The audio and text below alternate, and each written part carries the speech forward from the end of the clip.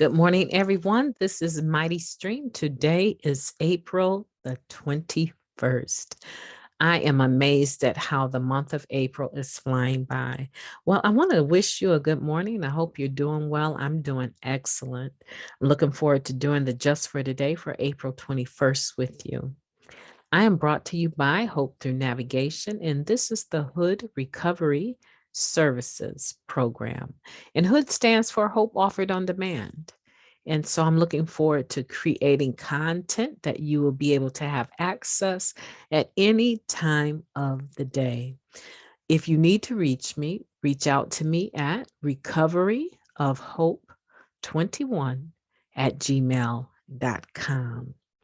Well, this is going to be exciting because I have not had a chance. I don't even know the title. I did pull it up, but I did not look at the title. And so this is always good for me to have to think on my feet, right? Okay, exciting here. This one is entitled Fear. Let me read it to you. It says, "We have found that we have no choice except to completely change our old ways of thinking or go back to using." Basic text, page 22. Many of us find that our old ways of thinking were dominated by fear. We were afraid that we wouldn't be able to get our drugs or that there wouldn't be enough. We feared discovery, arrest, and incarceration. Further down the list were fears of financial problems, homelessness, overdose, and illness. And our fear controlled our actions.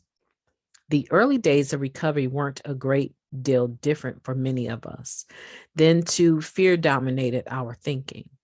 What if staying clean hurts too much? We asked ourselves, what if I can't make it? What if the people in NA don't like me? What if NA doesn't work? The fear behind these thoughts can still control our behavior, keeping us from taking the risk necessary to stay clean and grow. It may seem easier to resign ourselves to certain failure, giving up before we start, than to risk everything on a slim hope. But that kind of thinking leads only to relapse.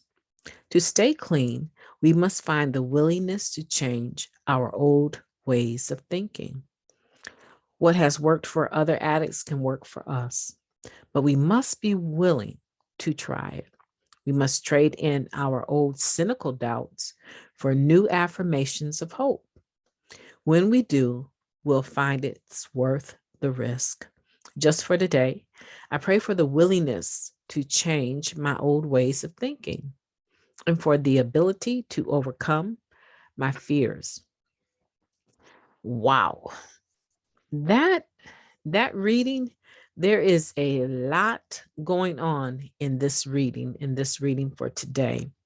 And I don't think that I will be able to unpack all of it, but what I do want to say about the quote at the top, we have found that we had no choice to accept to completely change our old ways of thinking or go back to using. I want to verify that that is absolutely, absolutely, absolutely the case. Fear can be paralyzing, and fear can cause us to miss appointments. It can cause us to not show up. But on the other spectrum, it can cause us to jump into things that we aren't ready for. Fear of failure can cause us sometimes to not even start to improve ourselves. But for some people, it can also put us into overdrive, and we don't have the foundation sometimes to do some of the things that we undertake. Now, I do believe that I can set my mind to anything and be successful, but there's also this component of developing and growing naturally, organically, and allowing ourselves to come to a rightness or a readiness for whatever we're trying to undertake. And sometimes fear of missing something, fear of giving the appearance of not understanding or knowing, right? Fear of what people might think of us sometimes will cause us to jump into things that we're not grounded for. Our egos are in no way, shape, or form ready to be inflated with the weight and responsibility of certain titles and job responsibilities. But sometimes fear of what it will look like if we say, I need some training, or I need some education in that, or can we do a little bit of one-on-one so I can learn that and get a little bit more grounded before you completely turn that over to me. So there's this ideal that fear is disabling. Fear can also be enabling in a negative sense, right? Causing us to jump into things that we know, goodness, well, we're not ready for. So the point here is that if you have fear of the future and it's keeping you stuck, that is a problem.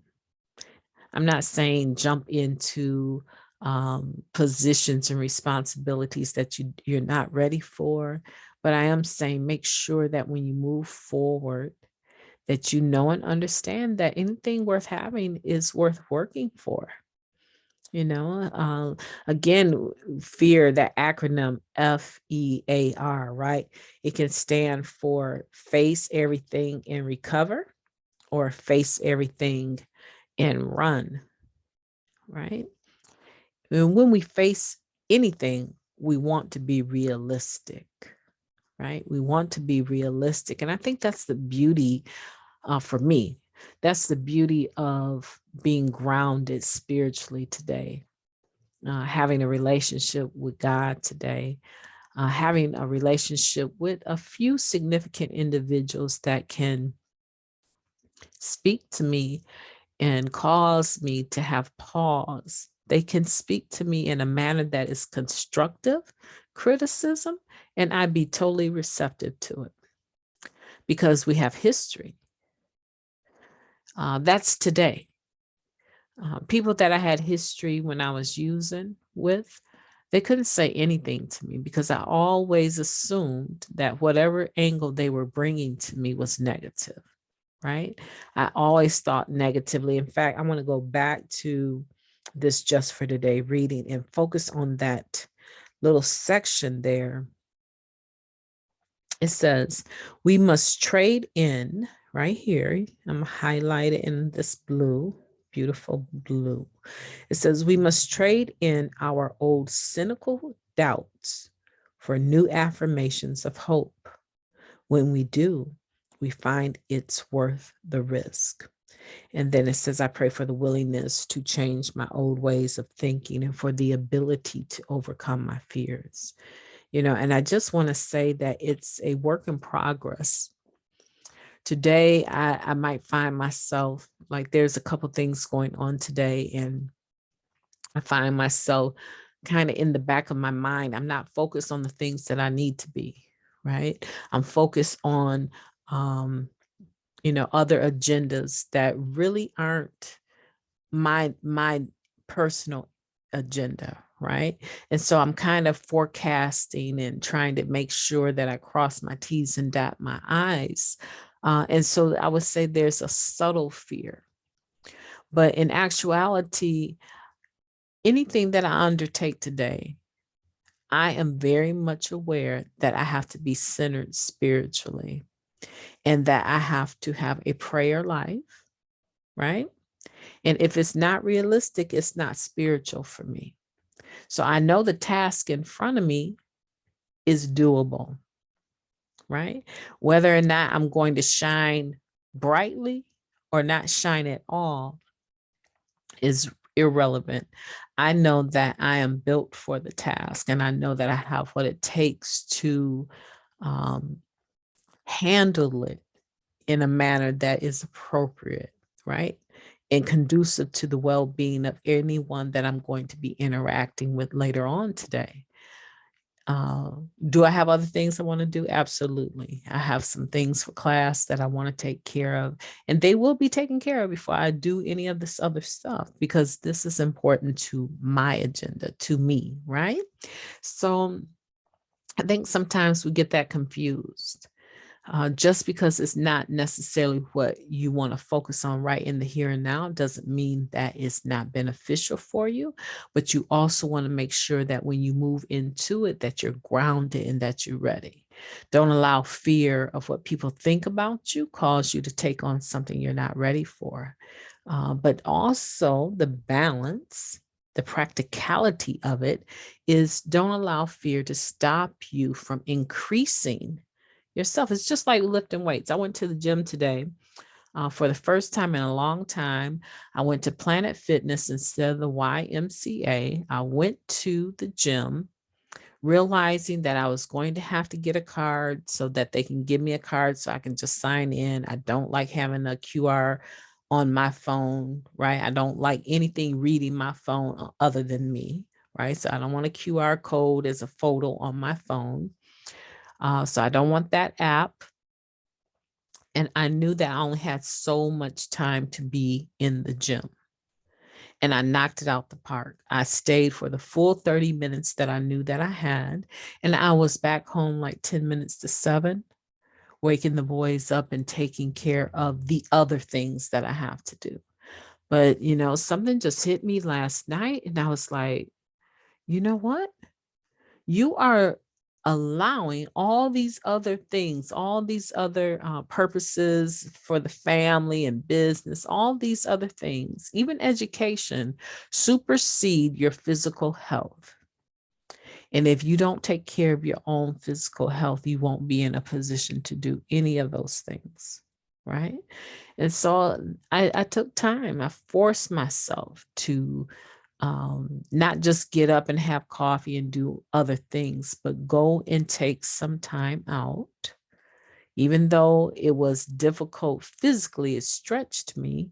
I knew that the stretching, eventually I would be stretching into 45 minutes, and then I'll stretch into an hour. And if I continue to be consistent, eventually I will stretch right on into my bodybuilding again, right? Right into jogging outdoors again. If I'm consistent, I will be back where I want to be as far as my physical health. And it's the same way with anything else. Practice makes perfect. And I want to encourage you today to stretch yourself. I want you to stretch. I want you to know what it is that you feel you need to do. And then take the first step. If possible, it's early enough in the day, take the first step towards that.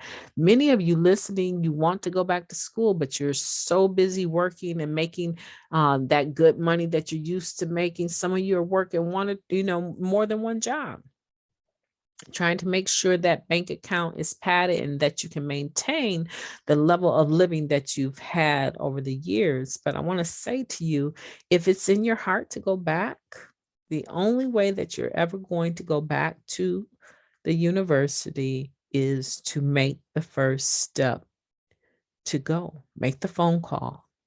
Set up the appointment to meet with an academic advisor. Take the test that they give you to figure out where you're at in different areas, so that when they start you out with classes, they're making sure that these are things that you can handle, that will stretch you, but that you can handle them, right? If you're not good at English and you can't pass the English test, right? Doesn't mean, like for me, I used to think that meant that I couldn't go at all. But it didn't mean that. It just meant that they want to make sure they put you in the class that you need to build your skill back up. So when I applied to go to college and they tested me with my writing in English, they said that this is the type of test that they would put up on the wall if they could. Like, you completely ace this. You will be able to handle writing papers and reading, right? You will be able to handle college reading.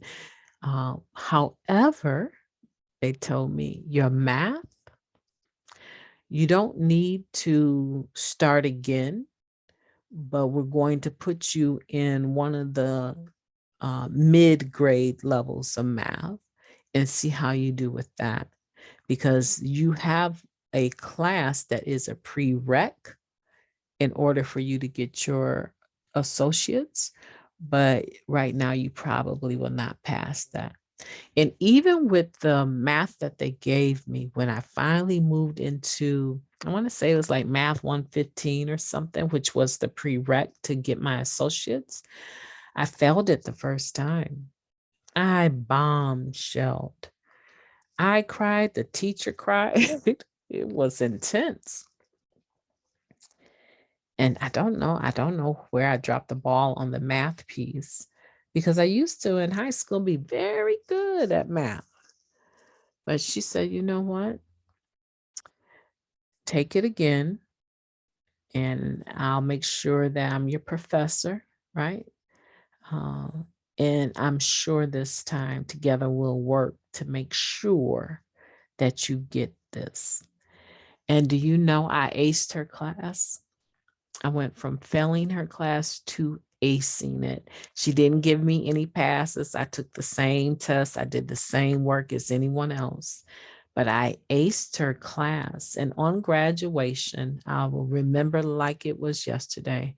There were two professors that stood up and shouted for me and made sure that I knew that they were excited about me walking. It was one teacher that was teaching race and ethnicity, ethnic relations. And it was her. She was the one that was teaching math 115. And she was just so excited to see someone that was just crushed because they had failed her class succeed. And so I just want to say to you, you can do it. You can do it. There are no failures here, right? The only real failure is when you fail or it's not successful and you don't give it another go. You just quit trying. As long as you're trying, giving it your best, there's no failure in that. And no one will ever say that to you. And anyone that does say that to you, that's just not kind, right? So we disregard that kind of negativity. Today, I want you to focus on positive thoughts. Acknowledge when they come, when they're negative, and turn them around in that moment. Well, I thank you for joining me. I can't wait to talk to you until tomorrow. Tomorrow's going to be a great day, but let's stay right in today. Talk to you tomorrow now. Good day.